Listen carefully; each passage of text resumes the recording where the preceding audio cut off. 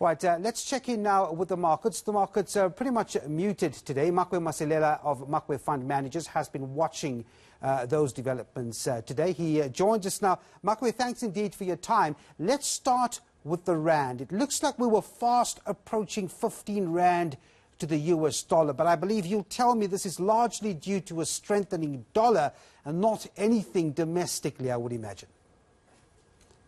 Definitely, and good afternoon to you. It's all because of the strengthening dollar. And Devin, the reason the dollar has been strengthening is because, number one, of the geopolitical tensions that we are seeing in Afghanistan. And also we've seen that there's a lot of support when it comes to the U.S. federal officials that they should start looking into tapering, and they expect that to be announced sometime in September. And also today, remember, we've got the U.S. Federal Reserve chairperson addressing some educators, so markets are expecting some hint there as well.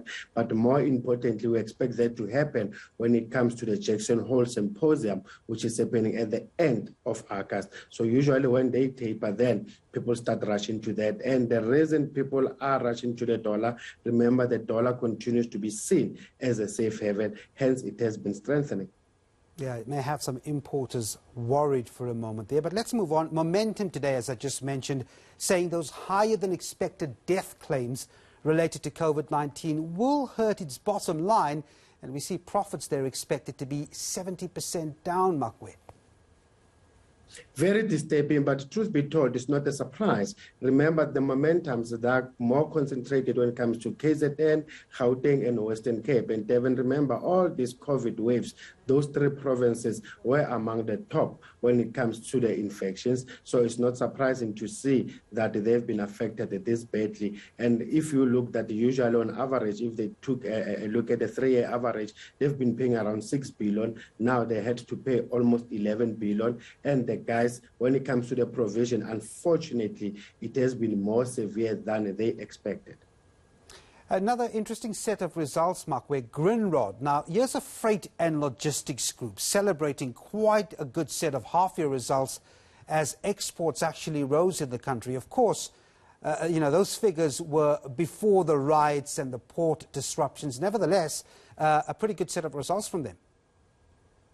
Because there's been an improvement since then. People have been exporting. Look at the citrus market as well. And as you said, when it comes to our minerals as well, people have been exporting. The ports and terminals doing well. They are no longer what we call bottlenecks. So hence the guys have been making good money, and they expect their profits measured as headline earnings per share to go up by 108%. But Devin, they were negatively impacted by those Islamist attacks that happened in Mozambique when it comes to that total gas project. So that impacted them negatively. But going forward, should the economies continue to grow, then we expect the likes of Grindrod to do well. And look at their bank as well. They've been very cautious when it comes to lending, and all their liquidity ratios and solvency ratios are well intact.